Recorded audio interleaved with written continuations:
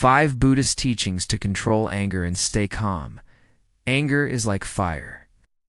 It rises quickly, consumes everything in its path, and leaves behind only ashes of regret, broken relationships, and inner turmoil. We've all felt it. The racing heartbeat, the tight chest, the sharp words we wish we could take back. But what if I told you that Buddhism holds timeless wisdom, simple yet profound, that can transform this destructive fire into clarity, calm, and even compassion? In today's video, 5 Buddhist teachings to control anger and stay calm. We will uncover the teachings of the Buddha that go beyond temporary fixes. These are not about suppressing anger or pretending it doesn't exist. Instead, they show us how to understand the roots of anger, how to observe it with mindfulness, and how to dissolve it before it controls our lives. The Buddha once compared anger to holding a burning coal with the intention of throwing it at someone else. You are the one who gets burned first.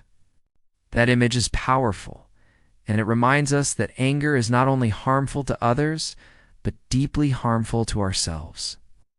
And yet, within this same truth lies the key to liberation. If anger arises within us, then so does the power to release it. So stay with me, because in this video we will explore 5 Buddhist teachings that can help you transform anger into wisdom, frustration into patience, and chaos into peace.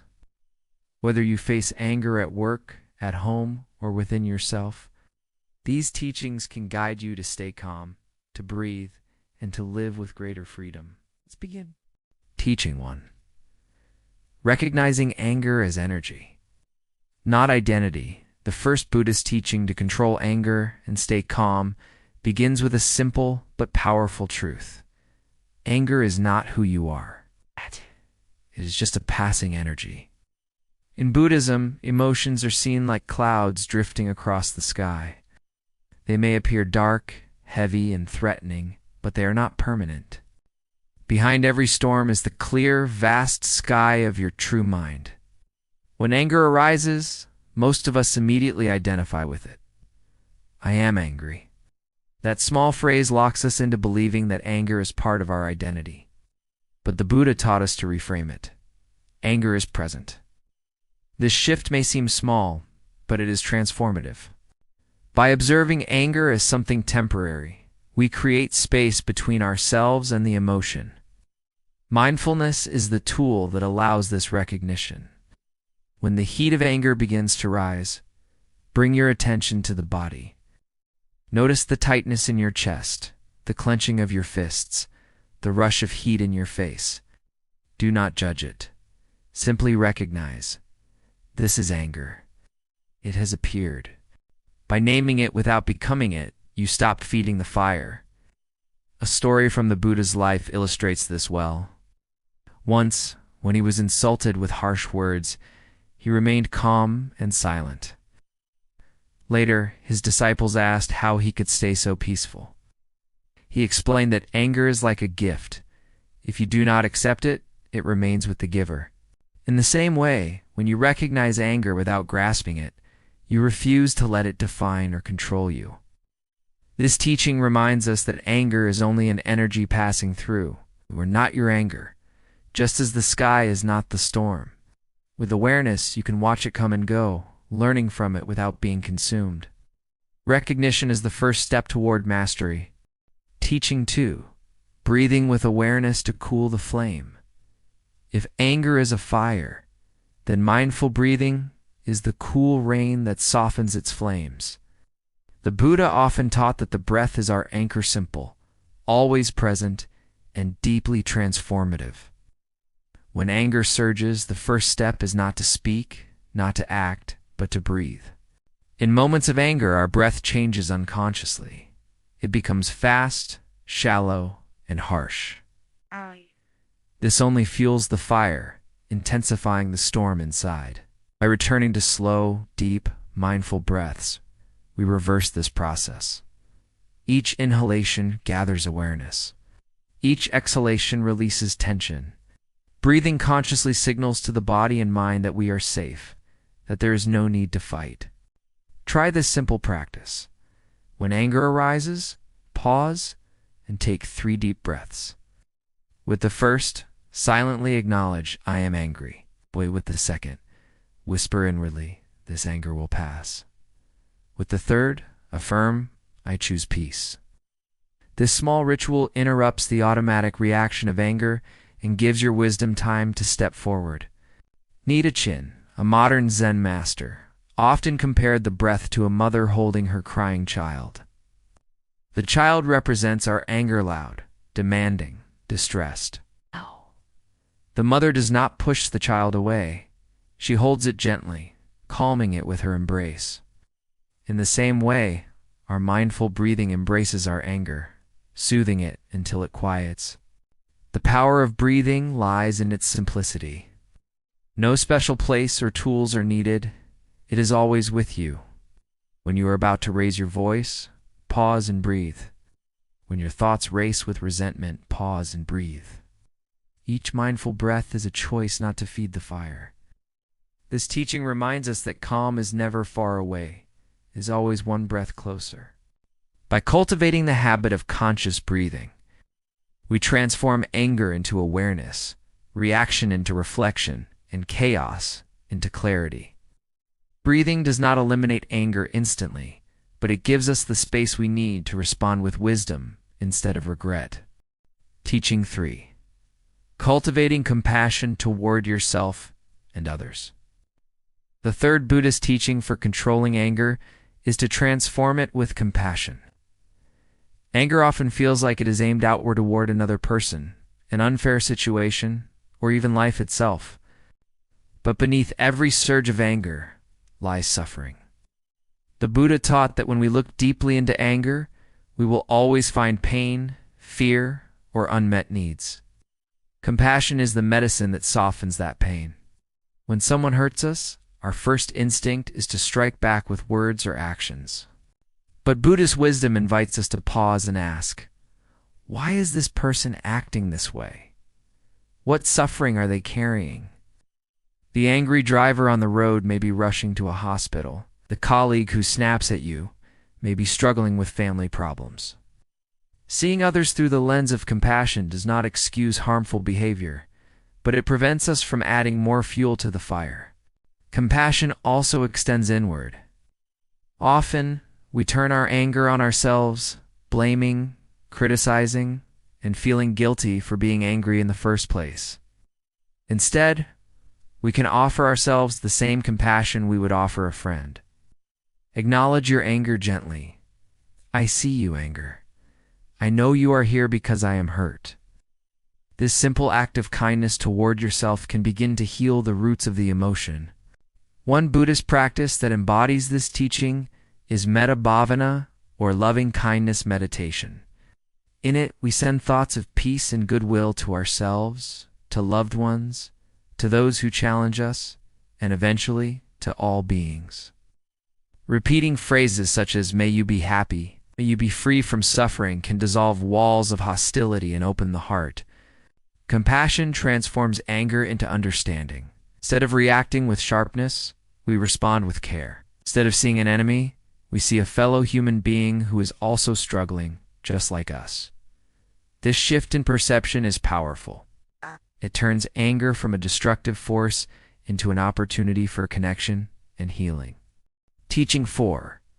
Practicing patience as the true strength. The fourth Buddhist teaching to control anger is the cultivation of patience.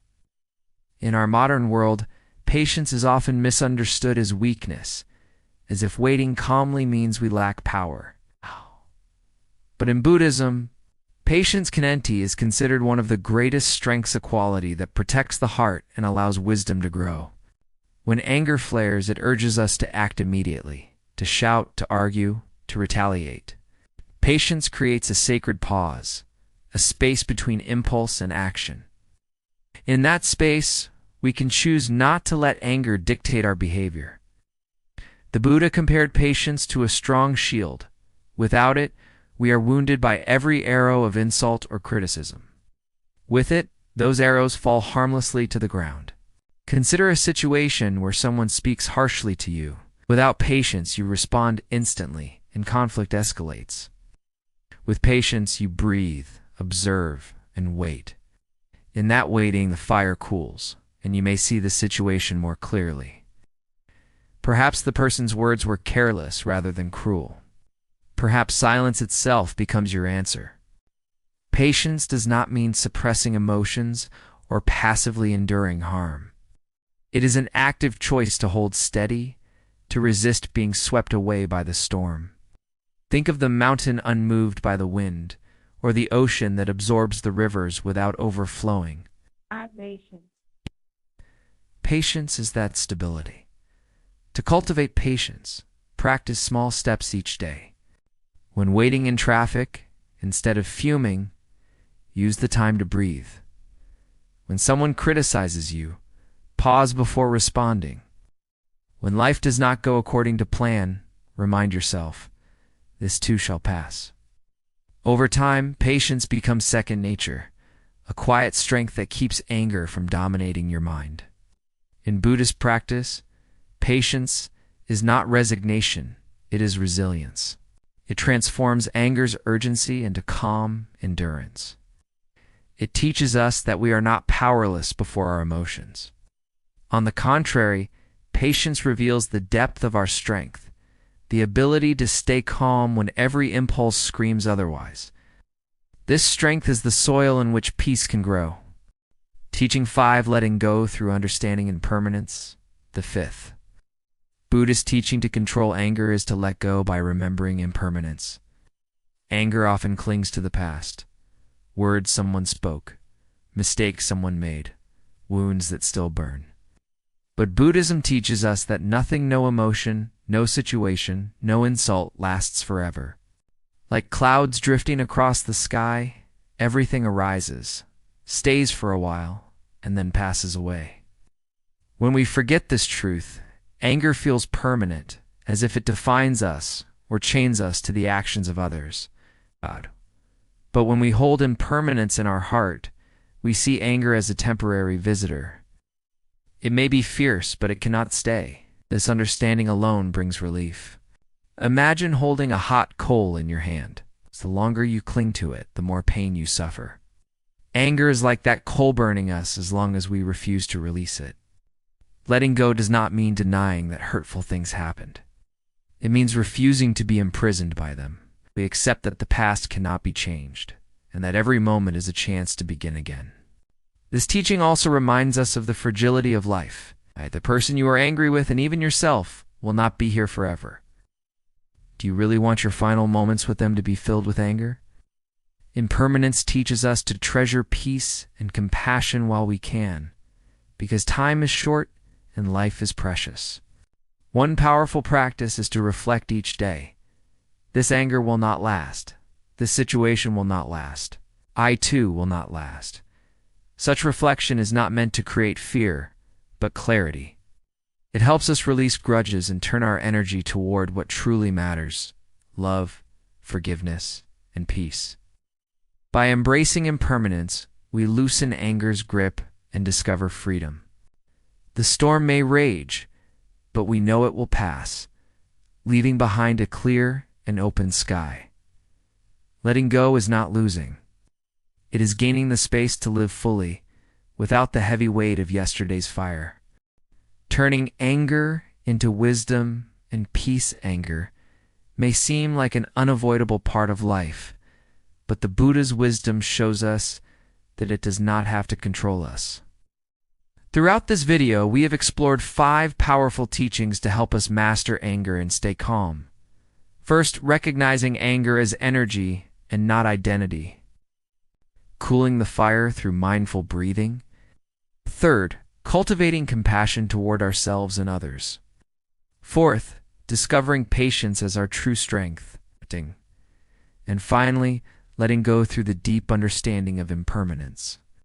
Together, these teachings form a path not to suppress anger, but to transform it.